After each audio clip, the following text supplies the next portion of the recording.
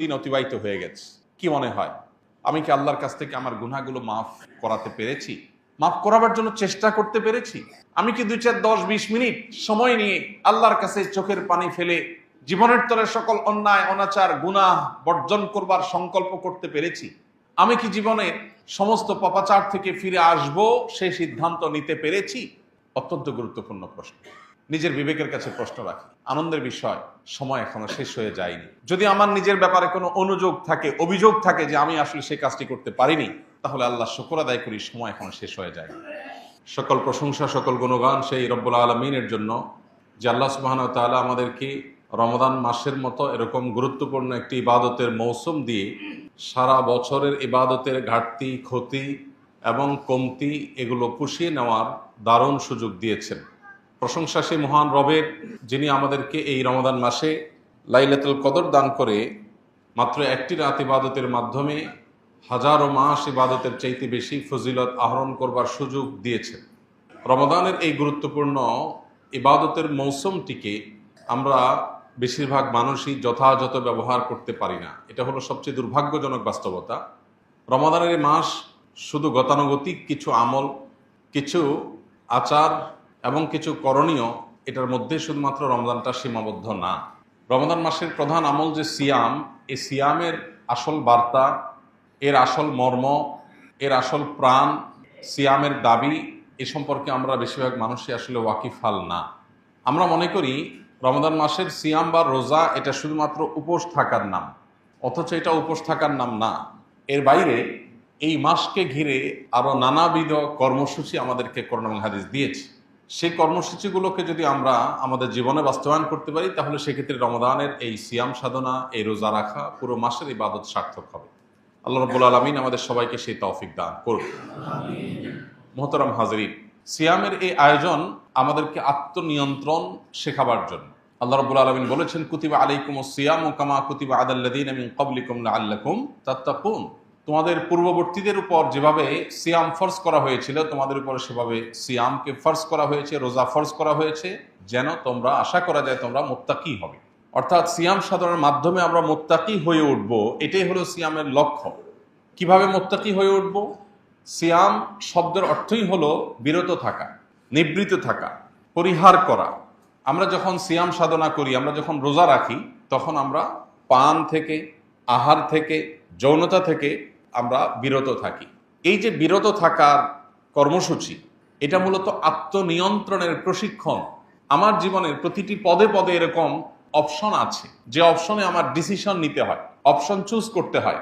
আমি যখন সোশ্যাল মিডিয়াতে স্ক্রল করি, একটা ভিডিও আমার সামনে এসেছে, আমি সেখানে ক্লিক করব কিনা, ভিডিওটা আমি দেখব কি দেখব না, সেখানে কোনো রিয়্যাক্ট আমি করব কি করব না, করলে কোন রিয়্যাক্টটা আমি করব, কমেন্ট আমি করব কি করব না, করলে কি কমেন্ট করব, এই সব বিষয়ের ক্ষেত্রে আমাদের ডিসিশন নিতে হয়। এক্ষেত্রে আল্লাহ যা নিষেধ করেছেন সে বিষয় থেকে বিরত থাকার যে প্রচেষ্টা আমার সামগ্রিক জীবনে চালাতে হয়। জীবনের প্রতিটা মুহূর্তেই আমাদের অগণিত সিদ্ধান্ত নিতে হয়। আমি সুযোগ পেয়েছি একজনকে ঠকাবার, বোকাশোকা মানুষ পেয়েছি, ঠকাবো কি ঠকাবো না একটা সিদ্ধান্তের ব্যাপার। আমি সুযোগ পেয়েছি ক্ষমতা কক্ষিগত করে মানুষ থেকে অবৈধ অর্থ উপার্জন করবার, এই সুযোগ কাজে লাগিয়ে আমি সে অবৈধ অর্থ উপার্জন করব নাকি করব না, সিদ্ধান্তের ব্যাপার।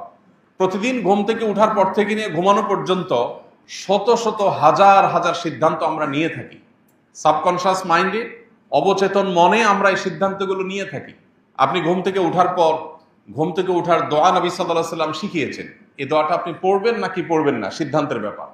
এরপর আপনি যখন ওয়াশরুমে যাবেন, ওয়াশরুমে প্রবেশ করতে গিয়ে ডান পা আগে দিবেন না বাম পা আগে দিবেন, সিদ্ধান্তের ব্যাপার। আপনার ডান পাটা আগে চলে গেছে, নবী সাল্লাল্লাহু আলাইহি সাল্লামের নির্দেশনা হলো বাম পা দিয়ে প্রবেশ করতে হবে, তাহলে এখানে আপনি ডান পা দিয়ে প্রবেশ করতে গিয়ে আবার সরে আসছেন, এই যে বিরত থেকেছেন। ঠিক একইভাবে আপনি ফজরের ওয়াক্তে মুয়াজ্জিনের আজানের পর একজন পুরুষ হিসাবে জামাতের সাথে হাজির হয়ে নামাজ পড়বেন নাকি শুয়ে থাকবেন, সিদ্ধান্তের ব্যাপার। আল্লাহ তাআলা এই সময় ঘুমিয়ে থাকতে নিষেধ করেছেন, আসসালাতু খায়রুম মিনান নাওম, মুয়াজ্জিনকে দিয়ে আল্লাহ ঘোষণা দিয়েছেন। অতএব ঘুম থেকে বিরত থাকা, ঘুমকে পরিহার করা, এটা সিদ্ধান্তের ব্যাপার।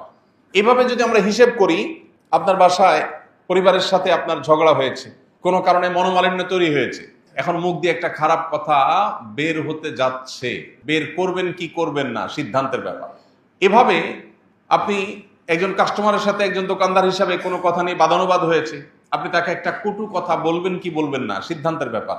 এভাবে সামগ্রিক জীবনে প্রতিদিন শত শত সিদ্ধান্ত আমরা নিয়ে থাকি। এই সিদ্ধান্তগুলোই আমার গন্তব্য ঠিক করবে, আমার গন্তব্য কি জান্নাত হবে নাকি জাহান্নাম। এই সিদ্ধান্তগুলোই ঠিক করবে যে আমি কি আল্লাহকে সন্তুষ্ট করতে পারছি নাকি পারছি না। এই সিদ্ধান্তগুলোই যোগফল বের করে দিবে আমি কি এই সিদ্ধান্তগুলো সঠিকভাবে গ্রহণ করার মধ্য দিয়ে মুত্তাকি হতে পেরেছি নাকি আমার ভুল সিদ্ধান্ত গ্রহণ করে ফাসিকের কাতারে গিয়েছি। সিয়াম আমাদেরকে শেখায় তোমার প্রতিটি সিদ্ধান্ত গ্রহণ করবার ক্ষেত্রে আল্লাহ যা নিষেধ করেছেন সেটাকে মাথায় রেখে সিদ্ধান্ত তোমার গ্রহণ করতে হবে। ঠিক যেভাবে তুমি সিয়াম রেখে, রোজা রেখে তোমার পেটে প্রচন্ড ক্ষুধা আছে, সামনে খাবার আছে, কেউ দেখছেও না, এমতো পরিস্থিতিতেও তুমি খাবারটা গ্রহণ করছো না, পিপাসা পেয়েছে, পানিও আছে, কিন্তু আল্লাহ নিষেধ করেছেন তুমি পান করছো না।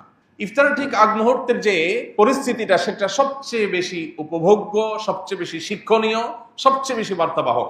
কারণ ইফতারের যে পসরা সাজিয়ে আমরা বসি, আমরা এই আকর্ষণীয়, লোভনীয়, মুখরোচক সব খাবার পানীয় এগুলো সামনে নিয়ে বসেছি যখন, তখন আমরা সবাই ক্ষুধার্ত, আমাদের সবার পেটে প্রচন্ড ক্ষুধা, সামনে খাবারও আছে, কেউ আমার হাত ধরে রাখে নাই, কেউ আমার মুখে টেপ দিয়ে রাখে নাই, আমাকে বিরত রাখছে আল্লাহ তাআলার নিষেধাজ্ঞা।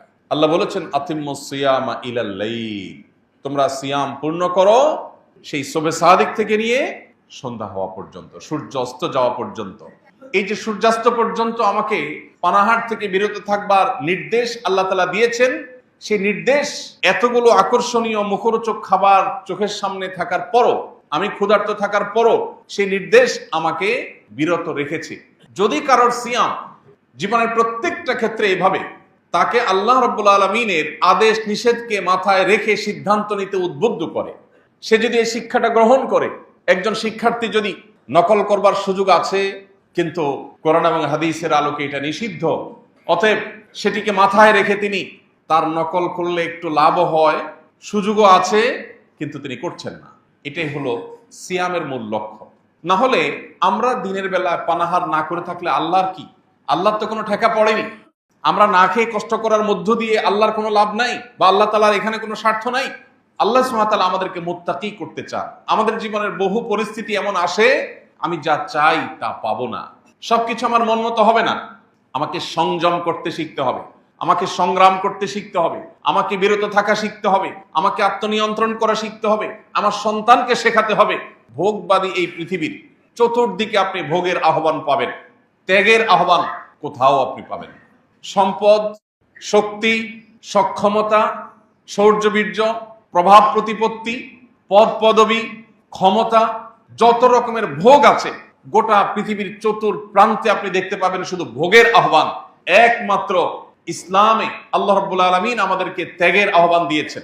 কারণ পৃথিবীর মানুষ যতদিন পর্যন্ত আত্মনিয়ন্ত্রণ করতে না শিখবে, যতদিন পর্যন্ত আমরা ত্যাগী না হতে পারবো, যতদিন পর্যন্ত আমরা সংযমী না হতে পারবো, পৃথিবীটা চকচকে তকতকে হতে পারে, পৃথিবীটা দেখতে অনেক চমৎকার মনে হতে পারে, পৃথিবীটা দেখতে অনেক সাজানো গোছানো মনে হতে পারে, অনেক আধুনিক হতে পারে, তথ্য প্রযুক্তির উন্নতির চরম শেখরে পৌঁছে যেতে পারে, কিন্তু পৃথিবীটা বাসযোগ্য কখনোই হবে না যতক্ষণ পর্যন্ত মানুষ অন্যায় থেকে আত্মনিয়ন্ত্রণ করবার প্রেরণা নিজের মধ্যে তৈরি করতে না পারবে। আর এই ব্যবস্থা ইসলাম ছাড়া আপনাকে আর কেউ দেয়নি এবং কোথাও আপনি পাবেন না। প্রিয় ভাইরা আমার, ভোগ করবার জন্য কোনো যোগ্যতার প্রয়োজন হয় না, ভোগ সবাই করতে পারে, ত্যাগ সবাই পারে না। অতএব আমার নিজেকে, আমার পরিবারকে, আমার আদরের সন্তানকে এই সিয়াম সাধনার মধ্য দিয়ে ত্যাগের শিক্ষা দেওয়া, আত্মনিয়ন্ত্রণের শিক্ষা দেওয়া, সংযমের শিক্ষা দেওয়া, এটাই হলো সিয়ামের অন্যতম লক্ষ্য। আল্লাহ রাব্বুল আলামিন সেই লক্ষ্য আমাদেরকে বাস্তবায়ন করার তৌফিক দান করুন। প্রিয় ভাইরা আমার, গোটা পৃথিবীতে মানুষ যত অপরাধ করে, যত অন্যায় করে, এই সব অন্যায়গুলো ত্যাগের মানসিকতা থেকে আসে না, ভোগের মানসিকতা থেকে আসে।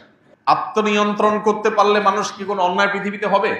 এই যে অন্যায়, যুদ্ধ, আগ্রাসন, জুলুম, মানুষ হত্যা, যত অন্যায়, যত অনাচার, যত অবিচার, এই সব কিছুর পেছনে মূল ভূমিকা হলো মানুষের মোহ, লোভ, মানুষের খাই খাই মনোভাব, মানুষের ভোগবাদী মানসিকতা। ইসলাম আমাদেরকে এগুলোতে লাগাম দিতে বলেছে।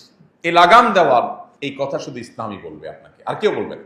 এই জন্য সিয়ামের এই বার্তাটা যদি আমরা গ্রহণ করে সিয়াম সাধনা করতে পারি, তাহলে সেক্ষেত্রে সিয়াম সার্থক হবে, এই রোজা সার্থক হবে। যদি সেটা না হয়, তাহলে সেক্ষেত্রে নবী সাল্লাল্লাহু আলাইহি ওয়াসাল্লামের ভাষ্য মতে এই রোজা নিছকই উপোস থাকা, এই রোজা কোনো অর্থবহ রোজা নয়। নবীজি বলেছেন, রুব্বা সাইমিন, বহু রোজাদার আছে, লাইসা লাহু মিন সিয়ামিহি ইল্লাল জু, দুর্ভাগ্যজনকভাবে তার সিয়াম সাধনা করে ক্ষুধার্ত থাকা ছাড়া আর তার ভাগ্যে কিছুই জুটে না। তার আমলনামায় কোনো সওয়াব, কোনো বিনিময়, কোনো পুণ্য, আল্লাহর কাছ থেকে কোনো প্রতিদান আজর তার জন্য জমা হয় না। প্রিয় ভাইরা আমার, আমরা যদি সেই হতভাগাদের কাতারে সামিল না হতে চাই, আমরা যদি নিজেদেরকে হতভাগাদের কাতার থেকে বের করে আনতে চাই, তাহলে সিয়ামকে অর্থবহ করার জন্য সিয়ামের মাধ্যমে সামগ্রিক জীবনে সকল অন্যায়, সকল অনাচার, সকল নিষিদ্ধ, সকল হারাম, সকল পাপাচার থেকে নিজেকে বিরত রাখার এই সংগ্রামে আমাকে জয়ী হতে হবে। সিয়াম শুধু পানাহার যৌনতার একটা নির্দিষ্ট সময়ের মধ্যে বিরত থাকার নামই যেন না হয়, বরং সিয়াম যেন হয় আমার সামগ্রিক জীবনে সকল প্রকার অনাচার থেকে বিরত থাকার নাম। সিয়াম শুধুমাত্র ওই 12 বা 14 ঘন্টার যেন না হয়, সিয়াম যেন হয় সামগ্রিক পুরো জীবনের সকল অন্যায় থেকে বেঁচে থাকার মধ্য দিয়ে। আল্লাহ আমাদের সবাইকে সেই তৌফিক দান করুন। প্রিয় ভাইরা আমার, আমরা যেন সেই সিয়াম রাখতে পারি, আমরা যেন সেই রোজা রাখতে পারি, আল্লাহ রাব্বুল আলামিন বহু উপযোগিতা তৈরি করে দিয়েছেন। কারণ নবী সাল্লাল্লাহু আলাইহি ওয়াসাল্লাম ইরশাদ করেছেন, রমজান মাস যখন শুরু হয় তখন সুলসিলাতিশ শায়াতিন, শয়তানদেরকে শৃঙ্খলাবদ্ধ করে ফেলা হয়। এটা কিসের জন্য? আমাদের আমলের প্রেরণা যেন আমরা পাই, আমরা যেন নেক আমল করতে পারি, আমরা যেন আল্লাহ রাব্বুল আলামিনের প্রিয় পাত্র হওয়ার পথে এগিয়ে যেতে পারি, আমরা যেন শয়তানকে পরাভূত করতে পারি। আল্লাহ রাব্বুল আলামিন সেই উপযোগিতা তৈরি করে দিয়েছে। শয়তানকে এই মাসে কেন শৃঙ্খলাবদ্ধ করে রেখেছে? 11 মাস তো আল্লাহ তাআলা তাকে শৃঙ্খলাবদ্ধ করেননি। এই মাসটিতে কেন শেকল দিয়ে আল্লাহ তাআলা বেঁধে রেখেছেন? কারণ আল্লাহ রাব্বুল আলামিন চান আমাদের মধ্যে আমলের প্রেরণা যেন জেগে ওঠে, শয়তানের শয়তানি এটা যেন বন্ধ হয়, শয়তানের শয়তানি যেন আমাদেরকে বিভ্রান্ত করতে না পারে, আমরা যেন নিয়ন্ত্রণ করতে পারি নিজেদেরকে। সেজন্যই রব্বে কারীম আমাদের জন্য ব্যবস্থা করে রেখেছে। বিষয়টাকে অত্যন্ত চমৎকার একটি উদাহরণের মাধ্যমে আমরা বুঝতে পারি। সেটা হলো, আমাদের বাসা বাড়িতে পিঠাপিঠি ছেলে মেয়ে থাকলে তাদের মধ্যে টুকটাক মারামারি লেগে আছে না? বাসা যদি আমাদের বাচ্চা কাচ্চা থাকে, পিঠাপিঠি তাদের মধ্যে কম বেশি ঝগড়াঝাটি, মারামারি এগুলো হয়। সাধারণত যে বাচ্চাটা একটু বড়, ছোটটা জেদ করে কিন্তু মার খায়, জেদ করে বড়টার সাথে সাধারণত পারে না।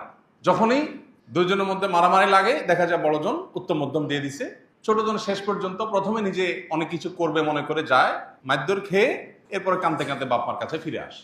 এই না হয় চিত্র সাধারণত। যেহেতু বড়জন সিনিয়র, বয়সে বড়, বুঝে বেশি, এই জন্য সে ছোটজনকে দ্রুতই কুপকাত করে ফেলে এবং ছোটজন নিরুপায় হয়ে মারধর খেয়ে বাপ মার কাছে এসে কাঁদতে কাঁদতে নালিশ করে। বাপ মা কি করে? বাপ মা সাধারণত যদি দেখে যে কোনোভাবে বাচ্চাকে বোঝানো যাচ্ছে না, সে অনেক জেদ, বড়জন তাকে কেন মারলো, কিছু একটা করতেই হবে, তখন মাঝে মধ্যে, সব সময় না, বড়জনকে ধমকাতে ধমকাতে বলে, কেন তুমি তার গায়ে হাত দিলা? এরপর তার হাত ধরে রেখে ছোটজনকে ইশারা দেয়, ঠিক আছে তুমি এবার 2-4টা মারো, তোমার জিদ থামো। এবার ছোটজন চান্সে 2-4টা মেরে আবার বাপ ইশারা দেয়, মা ইশারা দেয়, সে পালায় যায়। এরকম হয় না আমাদের বাসা বাড়িতে? আল্লাহ রাব্বুল আলামিন আমাদেরকে সৃষ্টির আগে সৃষ্টি করেছেন ইবলিসকে। ইবলিস আমাদের চাইতে বয়সে বড়, দুনিয়া সে আমাদের চাইতে বেশি দেখেছে, বেশি জেনেছে, শেয়ানা একটু আমাদের চাইতে বেশি। যার কারণে ইবলিসের সাথে আমাদের যে কুস্তি, এই কুস্তিতে বেশিরভাগ সময়, মোস্ট অফ দ্য কেস, সে আমাদেরকে পরাভূত করে, আমরা আসলে পারি না।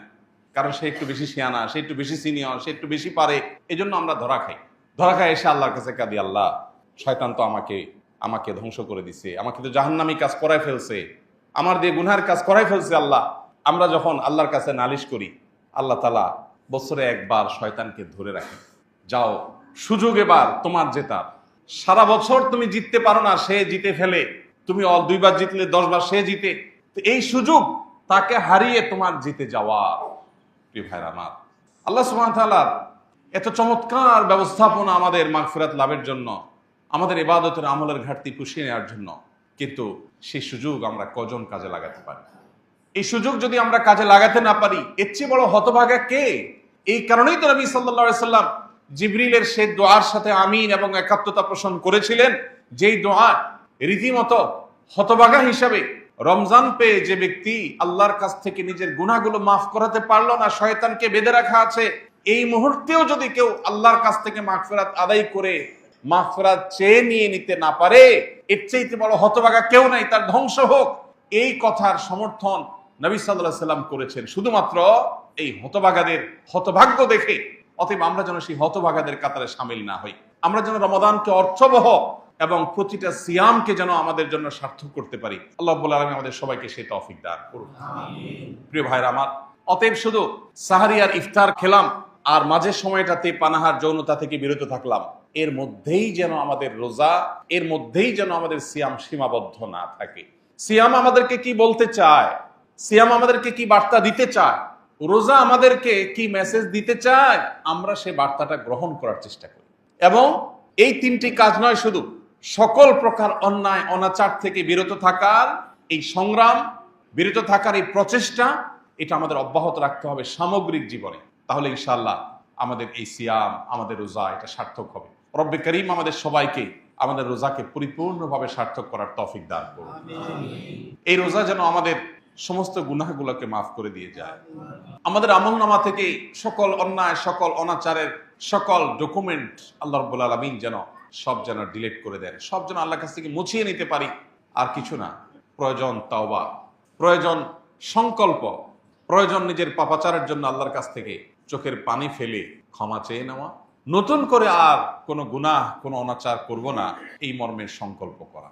এই দুটি কাজ খুবই সহজ, কিন্তু একদিকে আমাদের বাহিরের শত্রু শয়তান, অপরদিকে আমাদের ভেতরের শত্রু আমাদের কুপ্রবৃত্তি। এই দুটি শত্রু আমাদেরকে কোনোভাবে তওবা করতে দেয় না। রমাদানের অনেকগুলো দিন অতিবাহিত হয়ে গেছে, কি মনে হয় আমি কি আল্লাহর কাছ থেকে আমার গুনাহগুলো মাফ করাতে পেরেছি, মাফ করাবার জন্য চেষ্টা করতে পেরেছি? আমি কি 2, 4, 10, 20 মিনিট সময় নিয়ে আল্লাহর কাছে চোখের পানি ফেলে জীবনের তরে সকল অন্যায় অনাচার গুনাহ বর্জন করবার সংকল্প করতে পেরেছি? আমি কি জীবনে সমস্ত পাপাচার থেকে ফিরে আসব সেই সিদ্ধান্ত নিতে পেরেছি? অত্যন্ত গুরুত্বপূর্ণ প্রশ্ন। নিজের বিবেকের কাছে প্রশ্ন রাখি। আনন্দের বিষয়, সময় এখনো শেষ হয়ে যায়নি। যদি আমার নিজের ব্যাপারে কোনো অনুযোগ থাকে, অভিযোগ থাকে যে আমি আসলে সেই কাজটি করতে পারিনি, তাহলে আল্লাহ শুকর আদায় করি, সময় এখনো শেষ হয়ে যায়নি। রমাদানের দিন, রমাদানের রাত, রমাদানের অবসর সময়, রমাদানের কর্মব্যস্ত সময়, প্রতিটা মুহূর্তকে আসুন আল্লাহর স্মরণ দিয়ে পরিপূর্ণ করে রাখি। আমাদের ফোকাস, আমাদের মনোযোগ যে সমস্ত বিষয়গুলো কেড়ে নেয়, সেটা হোক সোশ্যাল মিডিয়ার স্ক্রলিং, হোক আমাদের বন্ধু বান্ধবদের কোনো আড্ডার মজলিস, হোক আমাদের অন্য কোনো কিছু, সে সব বিষয় থেকে আমরা সরে এসে পরিপূর্ণ মনোযোগ আল্লাহর দিকে দিয়ে একটি মাস আমার সমগ্র জীবনকে যেন পরিবর্তন করবার জন্য যথেষ্ট হয়।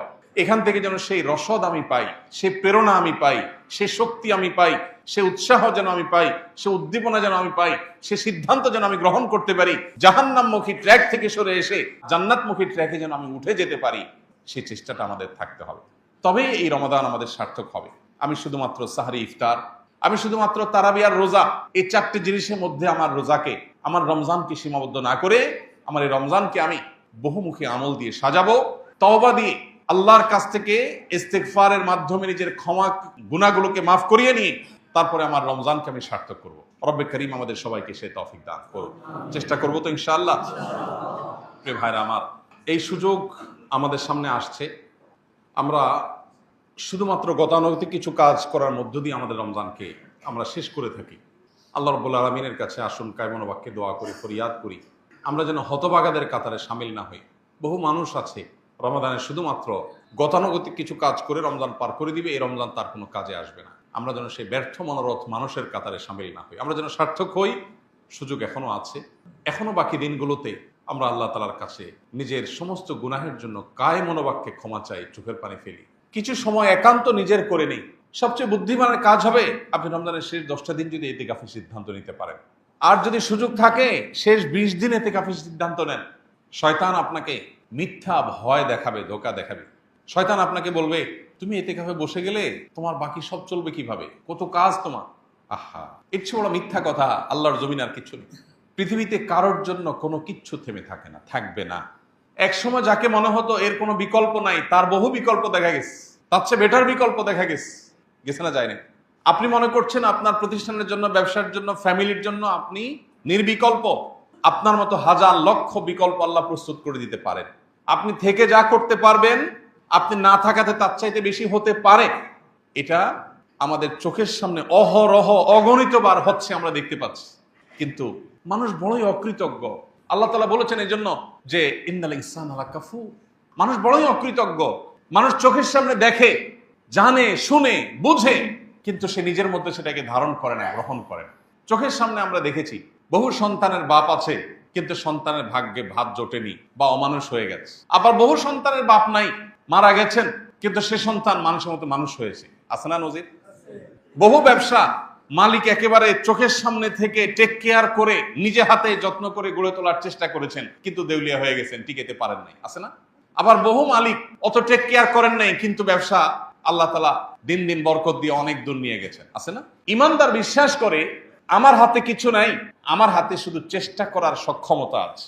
আল্লাহ আমাকে শুধু চেষ্টা করার সক্ষমতা দিয়েছেন। আমি যদি আল্লাহর অনুগত বান্দা থেকে আল্লাহর প্রিয় বান্দা হয়ে চেষ্টা করি, আমার চেষ্টা হতে পারে অল্প, ফসল আসবে অনেক বেশি। আর আল্লাহর অনুগত না হয়ে যদি আমি চেষ্টা করি, তাহলে সেক্ষেত্রে বাহ্যিক দৃষ্টিকোণ থেকে খোলা চোখে মনে হতে পারে অনেক কিছু অর্জন করেছি, আসলে ভেতরে ফাঁপা এবং ভেতরে কিচ্ছু থাকবে না, অন্তঃসার শূন্য। সে অর্জন কোনো মানে বহন করবে না। এই জন্য রমজানের শেষ 10টা দিন ইতিকাফের জন্য সিদ্ধান্ত গ্রহণ করি। মনোযোগ দিয়ে 10টা দিন, সারা বছরের 355 দিন আপনি ব্যবসা বাণিজ্য, পরিবার পরিজন, বহু বন্ধু বান্ধব, সোসাইটি সার্কেল, সবাইকে সময় দিয়েছেন। 10টা দিন আপনার নিজেকে সময় দেন। মসজিদে চলে আসেন, সম্ভব হলে নেট কানেকশন ডিসকানেক্ট করে ফেলেন এবং একান্ত প্রয়োজনের জন্য মোবাইলটা সাথে রাখেন। হাই হ্যালো কথা, প্রয়োজনীয় কথা সারার জন্য 10টা দিন মসজিদের পরিবেশে এসে আল্লাহর সাথে একটু কানেক্টেড হওয়ার চেষ্টা করেন। আমাদের মনোযোগগুলোকে নানান দিকে ডাইভার্ট করার জন্য হাজার হাজার আয়োজন শয়তান এবং তার অনুসারীরা আজ করে দিয়েছে। মনোযোগ থাকে না। 10 মিনিট দোয়া তো দূরের কথা, 2 মিনিট দোয়া করলে 5টা কথা মনে আসে, 5 দিকে মন চলে যায়। আপনার কাছে কে যদি ভিক্ষা চায়, আর ভিক্ষা চাচ্ছে, এর মধ্যে সে আরেকজনের সাথে দুষ্টামি করছে, আরেক দিকে তাকায় আছে, অন্য কোনো কাজ করছে।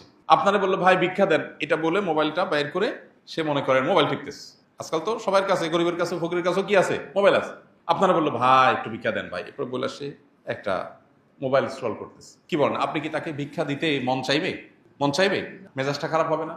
আপনি একটা সৃষ্টি মানুষ, আপনার কাছে যখন চাওয়ার সময় সে অন্যমনস্ক হয়েছে, এটা যদি আপনার মনের কষ্টের কারণ হয়, তাহলে আহকামুল হাকিমিন আল্লাহ রাব্বুল আলামিনের দরবারে যখন আপনি দোয়া করছেন, যখন আপনি সেজদা দিচ্ছেন, যখন আপনি নামাজ পড়ছেন, ওই সময় আপনার মনে 30টা কথা মনে আসছে। আপনি অন্য জগতে বিচরণ করছেন, আপনি অন্য জগতে প্রবেশ করে গেছেন। একদিকে বলতেছেন সুবহান রাব্বিয়াল আলা, অপরদিকে আপনার মনে আছে অন্য জিনিস। একদিকে বলছেন আল্লাহ আপনি আমাকে মাফ করে দেন, আপনার মনে আসছে অন্য বিষয়। তাহলে কিভাবে আপনি আশা করেন রব্বে কারীমের কাছ থেকে এই ভাঙাচোরা, এই ত্রুটিপূর্ণ, শতদা বিভক্ত, বহুদিকে মনোযোগ চলে যাওয়া এই দোয়া দিয়ে আল্লাহর কাছ থেকে আপনি মাগফিরাত পাবেন? আল্লাহ আরহামুর রাহিমিন, তিনি চাইলে এই ত্রুটিপূর্ণ দোয়া দিয়েও মাগফিরাত দিতে পারেন। তিনি চাইলে কেউ চাওয়া ছাড়াও তাকে মাফ করে দিতে পারেন, সেটা ভিন্ন বিষয়। কিন্তু দোয়ার তো একটা আদব আছে, দোয়ার তো একটা শিষ্টাচার আছে। এই যে মনোযোগ, এই মনোযোগ আজ সোনার হরিণ হয়ে গেছে। মনে রাখবেন, শত শত হাজার হাজার লক্ষ লক্ষ কোটি টাকা আল্লাহর রাস্তায় দান করা, এটা আজকাল এত কঠিন বিষয় না। যত কঠিন বিষয় আল্লাহ রাব্বুল আলামিনকে পরিপূর্ণ মনোযোগের সাথে একটু স্মরণ করা। মাত্র 2 রাকাত নামাজ পড়ার চ্যালেঞ্জ নেন, যে 2 রাকাত নামাজ পড়বো, একটি বারের জন্য আল্লাহ ছাড়া, আখিরাত ছাড়া অন্য কোনো কিছু মাথায় আসবে না। চ্যালেঞ্জ গ্রহণ করেন, দেখেন পারেন কিনা। Not easy. 10, 20 লাখ, 50 লাখ টাকা দিয়ে দিতে পারে।